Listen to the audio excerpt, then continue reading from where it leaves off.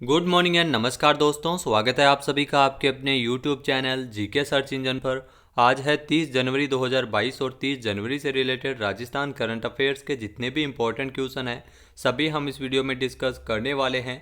तो पूरा वीडियो बहुत ध्यान से देखना और वीडियो के एंड में मैं आपसे क्वेश्चन पूछूंगा जिसका आंसर आपको कमेंट बॉक्स में देना है।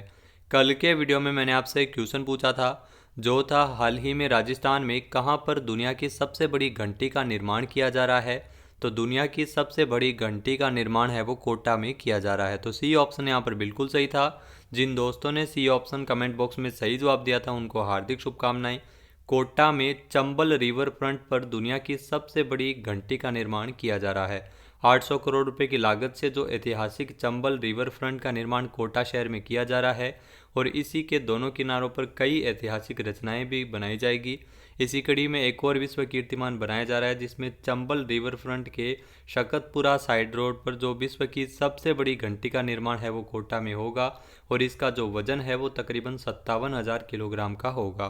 दावा यह भी किया जा रहा है कि इस घंटी के बनने से 3 वर्ल्ड गिनीज बुक में रिकॉर्ड बनाए जाएंगे। अभी तक दुनिया की सबसे बड़ी घंटी है वो चीन में बनी है जो 8 मीटर से भी ज़्यादा बड़ी है और दूसरी सबसे बड़ी घंटी का निर्माण मॉस्को में किया गया है। और इस घंटी के मॉडल प्रतिरूप को बनाने वाले विश्वविख्यात कलाकार हरिराम कुंभावत बताते हैं कि कोटा में चंबल रिवर फ्रंट पर बनने वाली यह घंटी 8.5 इंटू 9.25 मीटर की होगी। तो चलिए स्टार्ट करते हैं आज के करंट अफेयर्स। पहला क्वेश्चन है, हाल ही में राधेश्याम खेमका को मरणोपरांत पद्म विभूषण पुरस्कार के लिए चुना गया है। मूल रूप से राजस्थान के किस जिले से संबंधित है? तो राधेश्याम खेमका जो मूल रूप से राजस्थान के सीकर जिले से संबंधित है। ये ऑप्शन यहाँ पर बिल्कुल सही है। इनको पद्म विभूषण पुरस्कार 2022 के लिए चुना गया है। साहित्य और शिक्षा के क्षेत्र में इनका संबंध है वैसे तो उत्तर प्रदेश से है लेकिन राजस्थान के सीकर जिले से भी संबंधित है। आइए जानते हैं इंपॉर्टेंट फैक्ट्स। तो सीकर के राधेश्याम खेमका को मरणोपरांत पद्म विभूषण पुरस्कार से नवाजा जाएगा। भारत सरकार की ओर से साल 2022 में जिन लोगों को पद्म विभूषण पुरस्कार के लिए चुना गया था उसमें दूसरे सबसे बड़े सिविल सम्मान पद्म विभूषण अलंकरण से राधेश्याम खेमका को भी इसमें शामिल किया गया था। राधेश्याम खेमका मूल रूप से राजस्थान के सीकर के फतेहपुर कस्बे से है। करीब 90 साल पूर्व राधेश्याम खेमका के पिता सीताराम खेमका व्यापार के सिलसिले में बिहार आए थे सीकर से। उसके बाद खेमका परिवार वाराणसी चला गया, तब से उनका परिवार है वो वाराणसी में ही रहता है। 1982 में राधेश्याम खेमका प्रसिद्ध धार्मिक एवं साहित्य संस्था गीता प्रेस के संपर्क में आए थे और 1983 में पहली बार कल्याण पत्रिका का संपादन किया था। जीवन पर्यंत सन 2021 तक आखिरी सांस तक वे कल्याण के संपादक रहे थे और वे गीता प्रेस के अध्यक्ष भी थे। खेमका का 3 अप्रैल 2021 को निधन हो गया। तो कल्याण जो पत्रिका निकलती है गीता प्रेस के, तो उसमें आपको बता दें कि इन्होंने आजीवन इसके ये संपादक बने रहे थे। तो इनको पद्म विभूषण पुरस्कार से नवाजा जाएगा। नेक्स्ट है, राजस्थान के किस व्यक्ति ने दुनिया के सबसे लंबे भारतीय संविधान की विशेषताओं को गजल और शायरियों में लिखा है? तो ये बहुत चर्चा का विषय इन दिनों चर्चित है। जो गजल और शायरियों में संविधान को लिखा गया इकबाल सक्का के द्वारा ये संविधान है। सी ऑप्शन यहाँ पर बिल्कुल सही है। ये जो आपको तस्वीर में दिखाई दे रहे हैं यही है इकबाल सक्का और उन्होंने संविधान को गजल और शायरियों के माध्यम से लिखा है। आइए जानते हैं इम्पोर्टेंट फैक्ट्स। तो राजस्थान में उदयपुर से संबंधित है इकबाल सक्का जिन्होंने विश्वविख्यात भारतीय संविधान के गौरव को सम्मान प्रदान करने के लिए संविधान की विशेषताओं को गजल के रूप में लिखने का प्रयास किया है। देश में पहली बार उदयपुर के स्वर्ण शिल्पकार इकबाल सक्का ने दुनिया के सबसे लंबे भारतीय संविधान की विशेषताओं को गजल और शायरियों में लिखा है।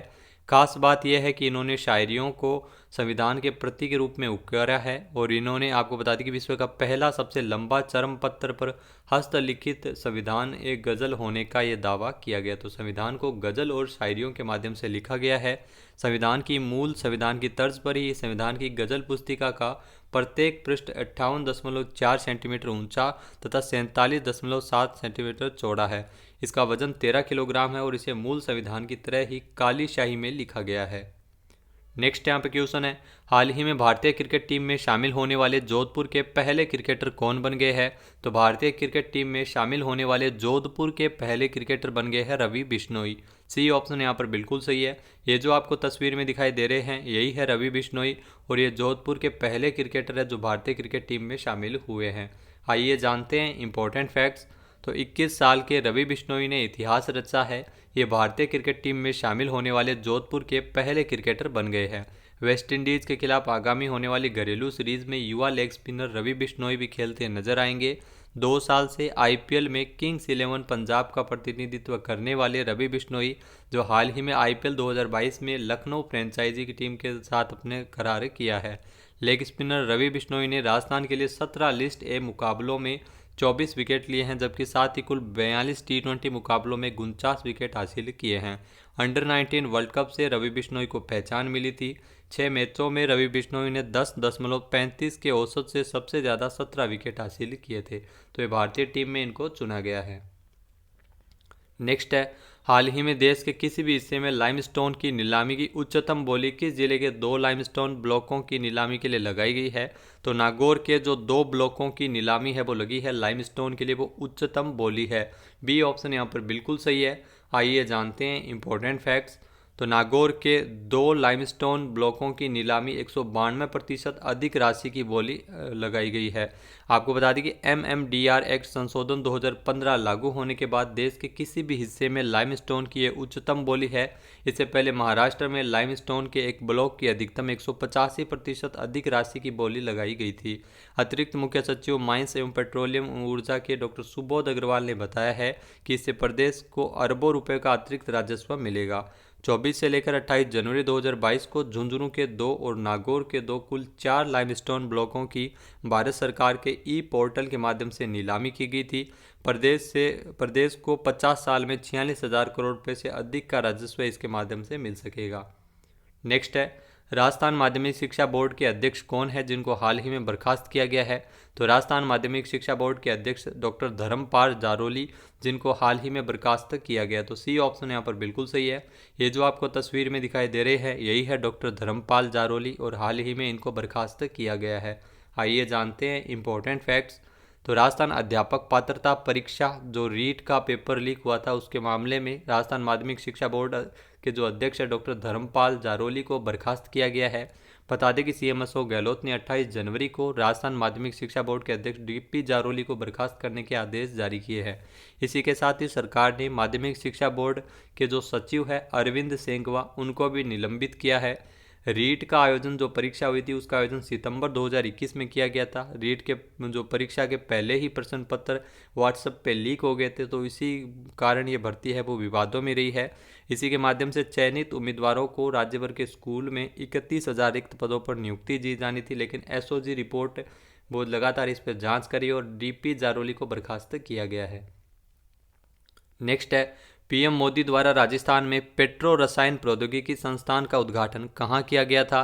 तो प्रधानमंत्री नरेंद्र मोदी द्वारा राजस्थान में पेट्रो रसायन प्रौद्योगिकी संस्थान का उद्घाटन जयपुर में किया गया था। तो बी ऑप्शन यहाँ पर बिल्कुल सही है। आइए जानते हैं इंपॉर्टेंट फैक्ट्स। तो PM मोदी ने 30 सितंबर 2021 को राजस्थान के जयपुर में पेट्रो रसायन प्रौद्योगिकी संस्थान सीपेट का उद्घाटन किया था। केंद्र सरकार के जो रसायन एवं उर्वरक मंत्रालय तथा राजस्थान सरकार द्वारा संयुक्त रूप से जयपुर में सीपेट की स्थापना की गई है। इसके माध्यम से पेट्रो रसायन तथा अन्य संबंधित उद्योगों से जुड़ी तकनीक एवं शिक्षा प्रशिक्षण का प्रदान किया जाएगा। दोस्तों, अगर आप राजस्थान में कंपटीशन एग्जाम की तैयारी करते हैं तो जुड़िए इंडिया के लार्जेस्ट लर्निंग प्लेटफॉर्म अनअकैडमी से। अनअकैडमी पर आपको मिलती है विजेता RAS scholarship free test series, जहां पर आप 75% तक स्कॉलरशिप आप ले सकते हैं। इसके अलावा करंट अफेयर्स भी आपको यहां free test series Monday to Friday मिलती है। इसके अलावा जो RPSC सेकेंड ग्रेड एग्जाम के लिए फ्री मॉक टेस्ट सीरीज भी आप यहां से ले सकते हैं। प्लस फीचर्स भी काफ़ी शानदार है, जहां पर आप घर बैठे आराम से कंप्लीट एग्जाम प्रिपरेशन कर सकते हैं। स्टडी मटेरियल भी आपको PDF में प्रोवाइड करवाया जाता है। इसके अलावा बैच कोर्स भी शुरू किए जा चुके हैं। अगर आप RAS की तैयारी करते हैं तो RAS का जो प्रारंभिक परीक्षा 2023 का संपूर्ण कोर्स है वो 27 जनवरी से शुरू हुआ है, तो आज ही इसको ज्वाइन कीजिए। इसके अलावा crack RPSC second grade teacher exam के लिए जो सब्सक्रिप्शन है वो 432 रुपये महीने के हिसाब से ले सकते हैं, जिसमें रिकॉर्डेड लाइव क्लासेस तथा अनलिमिटेड एक्सेस आपको यहाँ पर मिलता है। इसके अलावा जो आरएएस मेन टेस्ट सीरीज विजयी भव है उसको भी आप ज्वाइन कर सकते हैं आरएएस मेंस एग्जाम के लिए। खास बात है कि जो आरपीएससी दीक्षा की जो फर्स्ट ग्रेड और सेकंड ग्रेड एग्जाम के लिए प्लस टेस्ट सीरीज भी आपको अनअकैडमी पे मिल जाती है। योद्धा जो राजस्थान पुलिस कांस्टेबल की टेस्ट सीरीज है वो भी एवरी संडे आपको यहाँ पर मिलती है। इसके अलावा one subscription for all exam, यानी सभी एग्जाम की तैयारी आप एक बार सब्सक्रिप्शन लेकर कर सकते हैं। इसके अलावा 10% डिस्काउंट ऑफर भी है, जो हमारा रेफरल कोड है SE10, उसको यूज करके आप 10% डिस्काउंट भी आप यहाँ से ले सकते हैं। तो कॉम्बो सब्सक्रिप्शन भी आपको अनअकैडमी में मिल जाता है, तो आज ही अनअकैडमी ज्वाइन कीजिए। अगला क्वेश्चन है, राजस्थान में कृषि संकाय की मांग को ध्यान में रखते हुए राजस्थान में कितने राजकीय विद्यालयों में कृषि संकाय खोले जाएंगे? तो राजस्थान में 600 राजकीय विद्यालयों में कृषि संकाय खोले जाएंगे। तो ए ऑप्शन यहाँ पर बिल्कुल सही है। आइए जानते हैं इंपॉर्टेंट फैक्ट्स। तो कृषि संकाय की मांग को ध्यान में रखते हुए राजस्थान के 600 राजकीय विद्यालयों में कृषि संकाय खोले जाएंगे। सीएम अशोक गहलोत द्वारा 4 मार्च 2021 को बजट पर बहस करते हुए इसकी घोषणा की गई थी। इसी के साथ ही अंग्रेजी माध्यम के 200 राजकीय विद्यालयों में विज्ञान संकाय भी खोले जाने प्रस्तावित है। नेक्स्ट है, राजस्थान में थार रेगिस्तान के संरक्षण हेतु डेजर्ट इकोसिस्टम नॉलेज ग्रिड तैयार करने के लिए किस संस्थान ने डिजाइंस नामक पहल की शुरुआत की है? तो आईआईटी जोधपुर ने ये डिजाइंस नामक पहल की शुरुआत की है। ए ऑप्शन यहाँ पर बिल्कुल सही है। आइए जानते हैं इंपॉर्टेंट फैक्ट्स। तो भारतीय प्रौद्योगिकी संस्थान आईआईटी जोधपुर ने थार रेगिस्तान के संरक्षण की पहल की शुरुआत की है, जिसमें इकोसिस्टम नॉलेज ग्रिड तैयार किया जाएगा। Jodhpur city knowledge and innovation cluster के तत्वावधान में desert ecosystem science guided by nature and selection designs नामक इस पहल की शुरुआत की गई है। इसके तहत शोधकर्ता सांस्कृतिक संदर्भ और पारंपरिक चिकित्सा ज्ञान को ध्यान में रखते हुए स्थानीय पारिस्थितिकी तंत्र से क्षेत्रीय स्तर तक उपकरणों और बिग डेटा एनालिटिक्स फ्रेमवर्क का उपयोग कर सकेंगे। नेक्स्ट है, हाल ही में भारत के मुख्य आर्थिक सलाहकार के रूप में किसने कार्यभार ग्रहण किया है?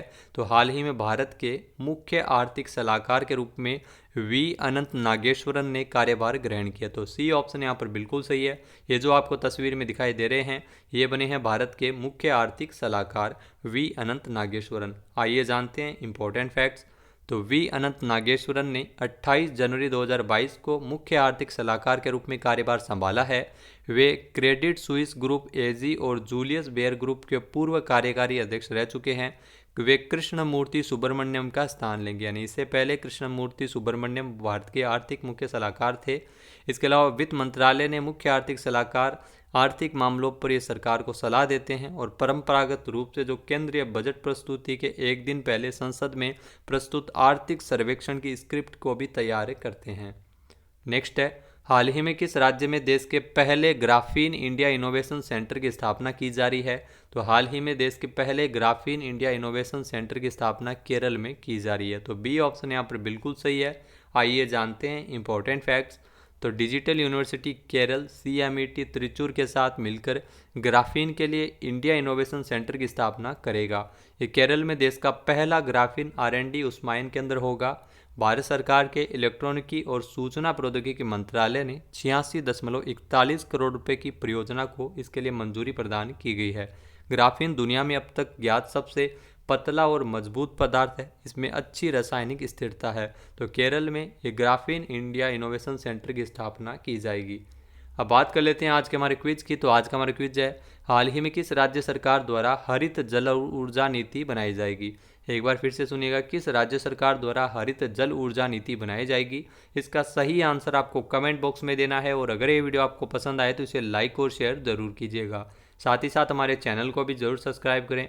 वीडियो की जो PDF फाइल है वो आप वीडियो के डिस्क्रिप्शन बॉक्स से डाउनलोड कर सकते हैं और इस क्वेश्चन का आंसर आप वोट करके भी कर सकते हैं। वीडियो कैसा लगा हमें कमेंट बॉक्स में ज़रूर बताइएगा। वीडियो देखने के लिए धन्यवाद। जय हिंद, जय भारत, जय राजस्थान।